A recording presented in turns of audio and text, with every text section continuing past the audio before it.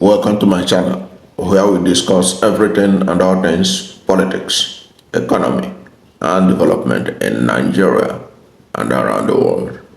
In this video, we are going to discuss how Chief Afe Babalola, Senior Advocate of Nigeria, has failed to stop human rights activist and lawyer Dele Farotimi from practicing law in Nigeria.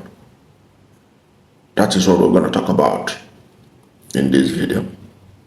How this legal luminary has failed to stop Dele Farotimi from practicing law in Nigeria and what that means for Dele Farotimi and all those who believe in freedom of speech and war against corruption in Nigeria.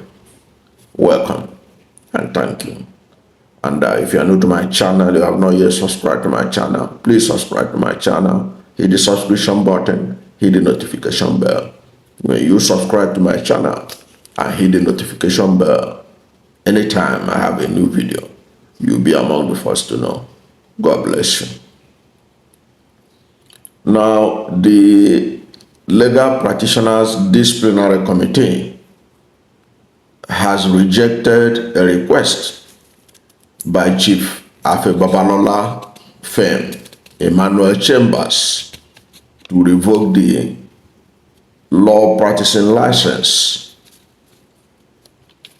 of lawyer and author Dele Farotimi over allegations of criminal defamation and professional misconduct. A petition by a lawyer from Emmanuel Chambers, Mr. Olafaro, was presented to the Legal Practitioners Displinary Committee, claiming that Dele Farotimi, in his book Nigeria and its Criminal Justice System, made defamatory statements against the Supreme Court and the legal profession and should therefore be debarred. However, the Legal Practitioners Displinary Committee chairman, Justice Ishaq Usman Bello, stated on Tuesday in Abuja, that's Tuesday was 24th December 2024 in Abuja, that the petition could not be granted due to jurisdictional limitations. The Legal Practitioners Disciplinary Committee concluded that it lacked jurisdiction to address complaints about publications and advise aggrieved parties to seek redress in regular courts. The book, the Dele Farotimi's book, reportedly referenced suit number SC/146/2006 between Major Moritala Badamosi Eletu and His Royal Highness Oba Tijani Akinloye and others, claiming corruption, bribery, and other unethical practices involving judicial officers and the legal community.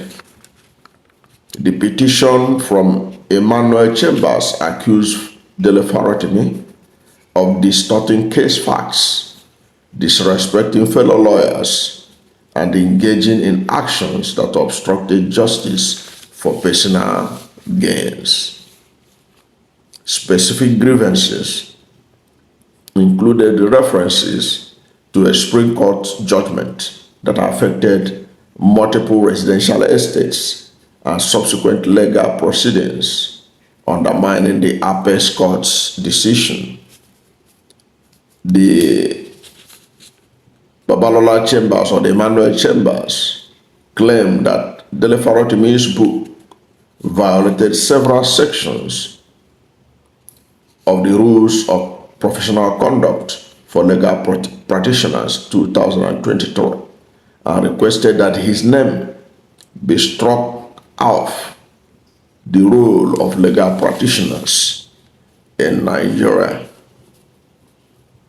However, the Legal Practitioners Disciplinary Committee report stated, and I quote,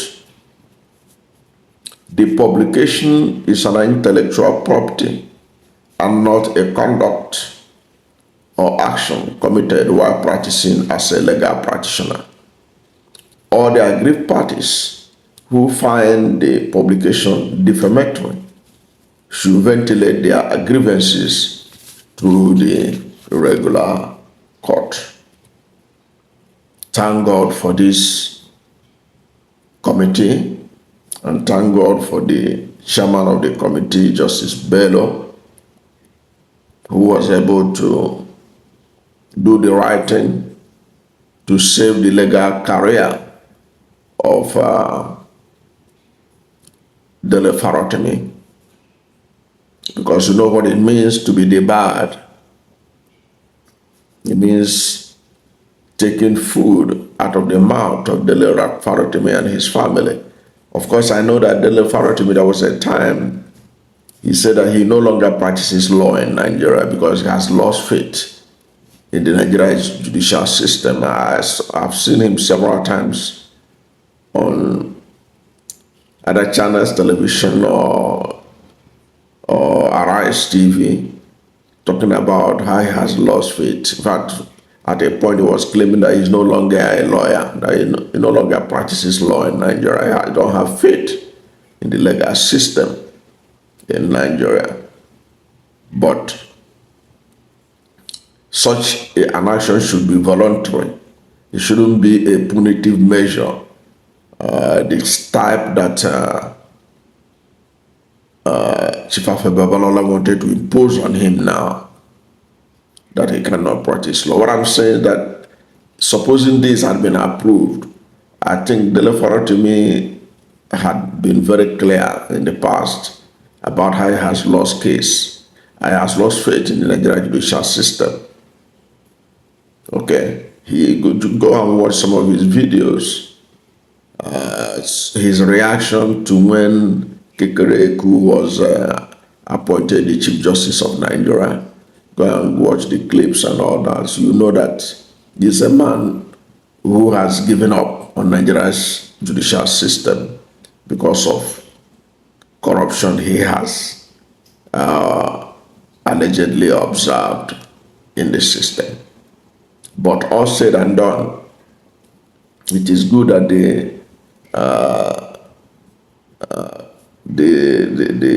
disciplinary committee of the legal profession in Nigeria had looked at the petition from Chief Afe Babalola dispassionately, and was able to discover that the act of misconduct that was alleged against him was not done while he was practicing law, but this is a publication issue, and the committee, in its wisdom, said that, look, if you have any challenge about what he has said in the book, it is beyond the committee's responsibility to address it. This is not an act that Dele Farotimi performed while practicing as a lawyer. This is an action he performed while operating as an actor, and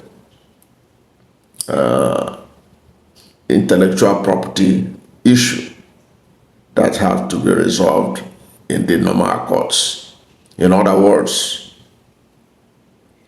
let this matter, anybody who is aggrieved between the two parties, especially the party that brought the matter to the disciplinary committee, they should ventilate their grievances at the normal court. That was a fantastic ruling as far as I can see it. And this is one of the occasions you can say that the judiciary is the last hope of the common man. So this committee has shown that in the Nigerian judicial system, there are still people who like to see the right thing done, the right process followed. Now, what are the implications of this? Of course, the implication of this is that it has shown that what lawyers do when practicing law is different from what they do when they engage in their expression of views on issues that concern Nigeria and the legal profession. That the two are different. And it is important. Why it's important is because, when you watch our television stations, you see lawyers coming to analyze issues that borders on legality. And if you begin to debar people just because of what they said in public, not what they did in the courts, not what they did in carrying out their legal practices, but because of what they said, or because of what they wrote in a newspaper, or because of what they wrote in a book, then you are bound to cage lawyers from having the freedom to speak out on issues that they are concerned about. So this disciplinary committee has set a boundary on condition that can lead to a lawyer being debarred or being stopped or his license being withdrawn from practicing law, and give the right to lawyers that they have a right, the things they said in public when they are on TV as legal pundits or political pundits, what they said should not be an excuse for somebody to go and report them to the disciplinary committee of the legal profession and demand that they be debarred. Okay, that's my understanding of that. Is one significant fact about it, that lawyers cannot be caged from writing for public consumption, and that what they said in those processes are not enough for them to be debarred. But you can be debarred based on the actions you take as a legal practitioner, the ones that are gross misconduct that you carried out in the course of legal practice. Those are the things that could land you in trouble, and not because of what you have written in a book that is an intellectual property, or what you have said on a television station about the legal profession and the issues that has to do with Nigerian judicial system.